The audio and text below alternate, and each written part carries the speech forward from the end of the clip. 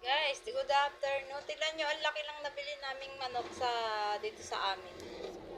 Ang laki na, hindi ka nalugi, no? 25 pesos. Tapos siya, guys, ang lalaki na, di ba? Hindi ka nalugi. Ang lugi nito yung may-ari kasi yung gasol nila. Yari kasi masyado siyang crispy, oh. Di ba? Ang laki niya. Di ba? Ang laki niya. Tapos, ano siya, crispy pa siya. Sobrang niyang crispy. O, titikman natin kung gaano kasarap niya. Pakita mo sa kanila masarap ang laki.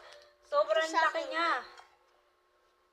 Laki? Diba kung bibili mo sa karinderya ba? Karinderya. Ang ano na to, nasa 50. Plus kanin. Magkano din ang kanin ngayon? Sabi nila yung isang takal daw na ganun. 15. Diba dati ano lang yun, 10. Ngayon 15 na. Hindi ka na makaka-unli rice. Ang unli rice na sa Rizal. Pero hindi ka na talaga lugi rito. Kaya ito na lang ang bilihin mo. Magulo.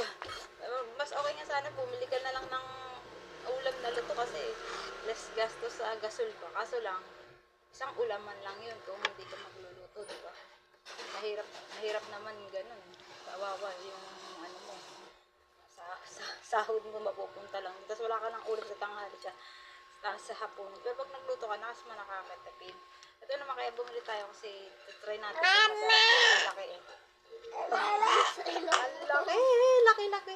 Ang laki ng yung ano nila, manok nila oh. Masarap pa. Bye-bye guys, kakain namin. Bye-bye mo sila. Bye mo sila. Bye. Bye. Ayaw nyo. Gutom na kasi.